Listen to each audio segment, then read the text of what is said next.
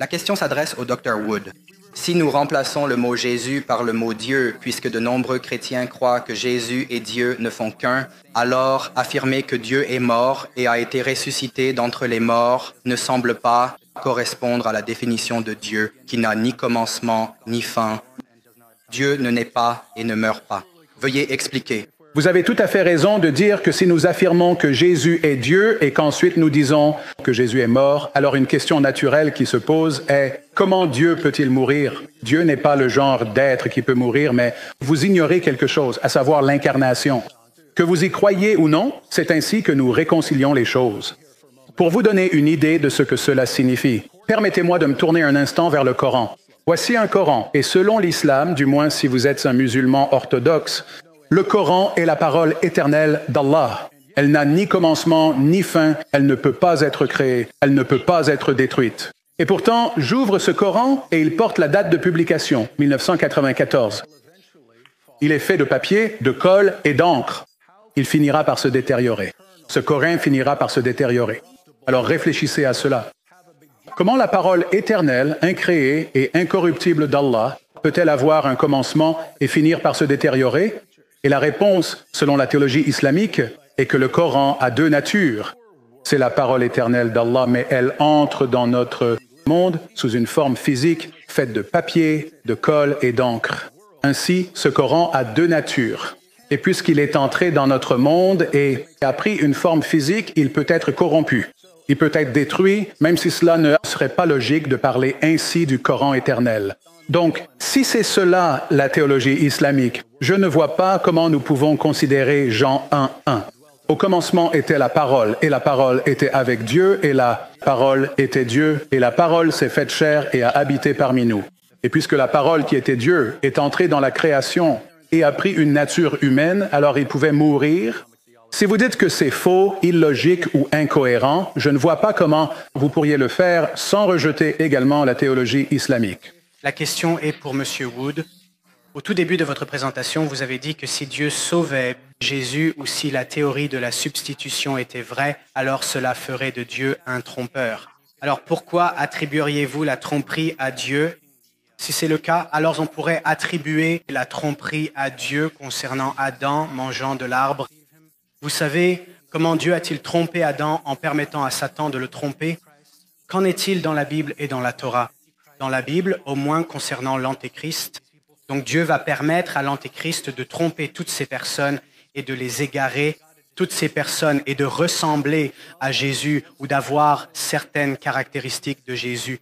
Dieu est-il un trompeur dans cette situation? Qu'est-ce qui est particulier dans le fait que Dieu sauve Jésus qui ferait de lui un trompeur que vous ne pourriez pas attribuer à n'importe quelle autre situation? Parce que si tout arrive avec la permission de Dieu, alors vous savez, eh bien... Le discours sur la théorie de la substitution présentant Dieu comme un trompeur ne concerne pas le fait que Dieu ait sauvé Jésus, n'est-ce pas? Je crois que Dieu a sauvé Jésus. Donc ce n'est pas de cela qu'il s'agit. Ce sont les chrétiens. Combien d'entre vous croient que Jésus est mort sur la croix? Beaucoup de personnes dans cette salle croient que Jésus est mort sur la croix, selon la théorie de la substitution, pas nécessairement selon l'avis de Shabir ou d'autres interprétations de la sourate 4, verset 157. Selon la théorie de la substitution, où Allah a pris quelqu'un d'autre, c'est une croyance musulmane courante.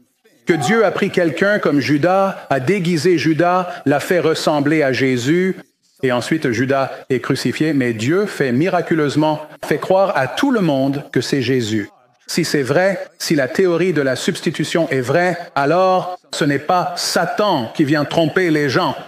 C'est Dieu qui trompe les gens, n'est-ce pas? Ce n'est pas Dieu qui permet à quelqu'un d'autre, à un trompeur, de tromper les gens.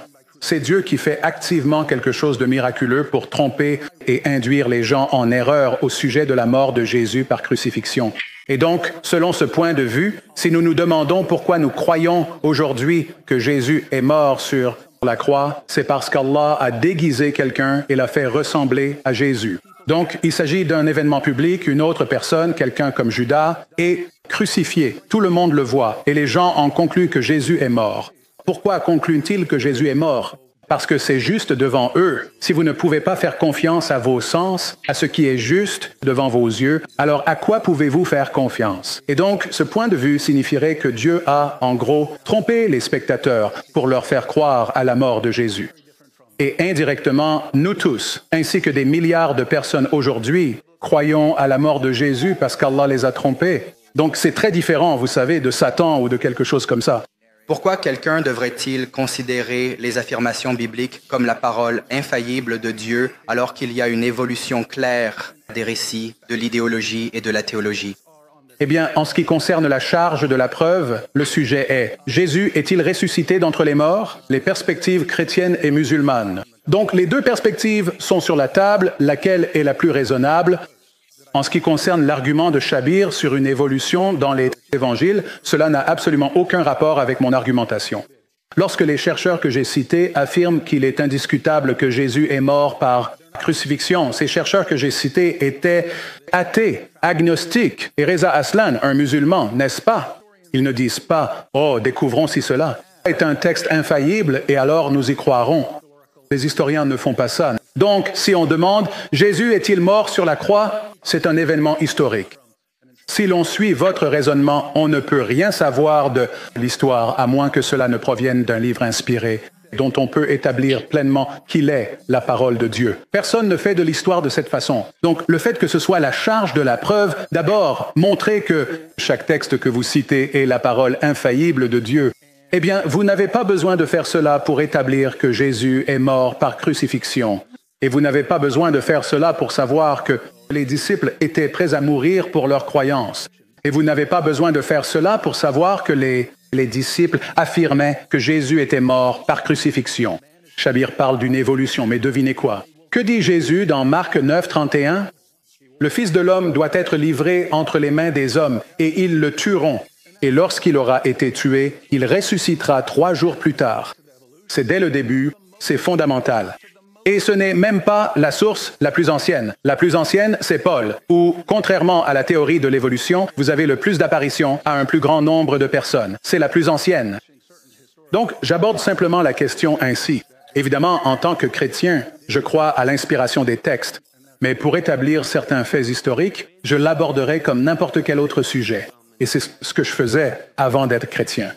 Et c'est pour cela que je suis devenu chrétien. Le but principal de Jésus, que la paix soit sur lui, était de venir, de mourir et d'être crucifié. Pourquoi aurait-il supplié son Père, Dieu Tout-Puissant, de le sauver de la crucifixion? Et en fait, sa prière a été exaucée et il a été sauvé. Hébreux 5, 7. Eh bien, c'est un autre exemple parfait de sélection de textes. Donc, si nous allons dans Hébreux et gardez à l'esprit que l'affirmation est que dans Hébreux, nous lisons au chapitre 5, verset 7, que Jésus a demandé à Dieu de le sauver de la mort. Et les musulmans interprètent cela comme signifiant qu'il a demandé à Dieu de le sauver de la mort. Et cela serait tout simplement complètement incompatible avec l'épître aux Hébreux. Ainsi, Hébreux se termine par « Or, le Dieu de paix, qui a ramené d'entre les morts le grand berger des brebis, par le sang de l'alliance éternelle, remarquez, a ramené Jésus d'entre les morts. » Dans la pensée juive, la mort est en réalité un lieu où l'on va. Donc, si vous lisiez simplement Hébreux 5.7 et que vous ignoriez tout le reste qui est, dans Hébreux d'ailleurs, il est dit encore et encore qu'il est mort, et que vous ne lisiez que ce verset, vous pourriez dire « Oh, il l'a sauvé de la mort ». Eh bien, cela peut soit signifier qu'il l'a sauvé de la mort, soit qu'il l'a sauvé hors de la mort. En d'autres termes, il est mort, puis il l'a sauvé de la mort. Donc, si vous pouvez l'interpréter dans un sens ou dans l'autre, que fait-on dans le cas d'un verset ambigu? Eh bien, on se réfère au verset environnant. Et partout dans l'Épître aux Hébreux, il est dit que Jésus est mort et qu'il est ressuscité d'entre les morts. Donc, je dirais simplement que la prière, selon l'Épître aux Hébreux, serait que Dieu le sauve de la mort par sa résurrection d'entre les morts, ce qui serait parfaitement cohérent avec ce que nous trouvons dans les Évangiles. Cela ne signifie-t-il pas que Dieu est aussi limité dans le sens où il est lié par le sacrifice pour enlever les péchés? En ce qui concerne le fait que Dieu serait limité dans la manière dont il doit agir, la théologie chrétienne a certaines croyances à propos de Dieu, à savoir que Dieu est parfait et qu'il est aussi parfait dans ses attributs. Il est donc parfait dans la justice. Il est parfait dans l'amour. Mais si vous croyez en un Dieu parfait avec des attributs parfaits, vous vous heurtez à un problème concernant ce que Dieu va faire des pécheurs. Et cela se présenterait à peu près comme ceci. As-tu déjà péché? As-tu déjà fait quelque chose de mal? Si tu as péché, alors si Dieu est parfait dans la justice, il devrait punir pour nos péchés. Si Dieu est parfait dans son amour infini et sa grande miséricorde, il voudrait certainement nous pardonner. Et la solution musulmane à ce problème du péché consiste en quelque sorte à diminuer les attributs d'Allah. La justice d'Allah n'est pas parfaite. Allah peut laisser passer certains péchés. Il peut simplement te pardonner certaines choses, ce qui signifie qu'à la fin des temps, selon l'islam, il y a des péchés qui n'ont pas été punis. Cela ne serait pas une justice parfaite. En même temps, selon le Coran, Sourate 3, verset 32, Allah n'a aucun amour pour les incroyants. Donc Dieu n'est pas aussi aimant que nous aimerions qu'il le soit. Selon le Coran, tu dois aimer Allah en premier. Tu dois croire d'abord en Muhammad, puis Allah t'aimera.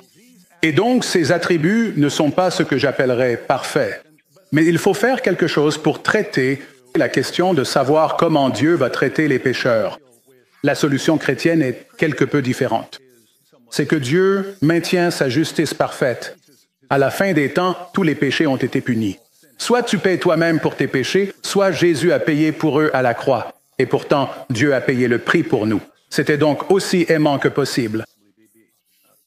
Comment comprenons-nous l'affirmation selon laquelle Jésus, paix sur lui, a été crucifié sur une croix, un arbre ou un poteau à la lumière du Deutéronome, chapitre 21, versets 22 et 23, et de Galates, chapitre 3, verset 13, qui déclare que quiconque est pendu à un arbre, un poteau ou une croix est maudit? Merci. Je dirais que vous êtes à ça de comprendre l'Évangile, n'est-ce pas? Parce que nous savons que Jésus est juste, selon la Bible comme selon le Coran. Mahomet, dans le hadith, a dit que Satan touche toute personne qui vient au monde, mais qu'il n'a pas pu toucher Jésus ni sa mère. Tous les autres, Mahomet compris, Satan pouvait les toucher, mais pas Jésus. Et donc, vous avez raison. Comment réconcilier la croyance que Jésus était juste avec l'affirmation de l'Ancien Testament que toute personne pendue à un arbre est maudite? Et il semble que nous devrions dire que Jésus a été maudit malgré sa justice. Et c'est exactement ce que dit l'Évangile, n'est-ce pas? Celui qui était sans péché est devenu péché pour nous. Si nous omettons ces éléments, on pourrait se demander, « Oh, Jésus a-t-il été maudit? » Eh bien, Jésus était juste et pourtant il a été maudit. Et remarquez qu'il a été pendu à un arbre, selon Chabir également. Dans le christianisme, il est sous une malédiction pour une raison. Il devient une malédiction pour nous afin que nous puissions être pardonnés.